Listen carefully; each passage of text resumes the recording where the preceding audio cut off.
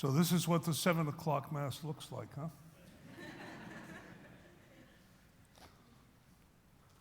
I think this is the first time I've had this Mass since I came back this year. And so I have to tell you about 2 changes we're making because of creeping decrepitude. Number 1, I'm sitting to give the homily. And number 2, I'm not going to be giving communion because it's just too hard for me to stand without any kind of support for that long. So I take it easy. I'm very happy to be back and to have this first Mass with you be the great, great solemnity of the Epiphany, the manifestation of God's divinity in the baby at Bethlehem, in Jesus Christ. This feast is the oldest of the great feasts of the Christmas season. It comes from the 2nd century, and it originated in Egypt, the church in Egypt. And actually what happened was there was a great pagan feast that was called the Epiphany, that was connected to the rising of the Nile River. For months, the Nile had been depleting in its volume. And then all of a sudden, in early January, the snows from Central Africa, from the mountains of Central Africa, replenish the Nile, and it comes back. And the pagans saw this as the manifestation of the divinity of the Nile River. Well, the Christians in Egypt weren't about to accept the divinity of a river, but they did see it as the manifestation of God on this earth in the person of Jesus Christ. And so they changed the meaning, they transformed the meaning of a pagan feast. Now, in the last century, there were many Protestants who were shocked at the fact that Christian feasts had their origin in pagan feasts. And they said, well, this is terrible. But they forgot the fact that in the gospel, it tells us that Jesus went and celebrated the Feast of Booths with his disciples. The Feast of Booths was a Jewish takeover of the pagan harvest feast of the pagan peoples of ancient Palestine. And so this idea of taking a feast and transforming its meaning in the light of the gospel is a very, very ancient practice, both of the church and of the Jewish faith before the church.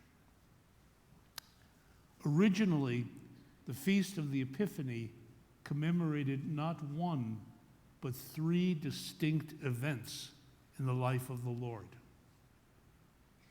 And really, in the primitive celebrations, the event that took priority was the Feast of the Baptism of the Lord, which was, of course, associated with water. That feast in the modern church is separated from the Feast of the Epiphany, and we focus solely on the coming of the wise men, the manifestation of God to the Gentile peoples. The Magi were not of the chosen people. They were pagans. And yet God still revealed himself to them, indicating that by his will, by his intention, salvation is for all people of goodwill. And so we have the baptism of the Lord commemorated, we have the coming of the wise men commemorated, and the third event from Jesus' life is what? I pause for a reply. The third event, the first miracle, the wedding at Cana, where God's power is manifested through Jesus in his first miracle. And so you have these 3 separate things, all commemorated in the ancient feast. And as I say, in the modern church, we have separated the baptism from the Epiphany.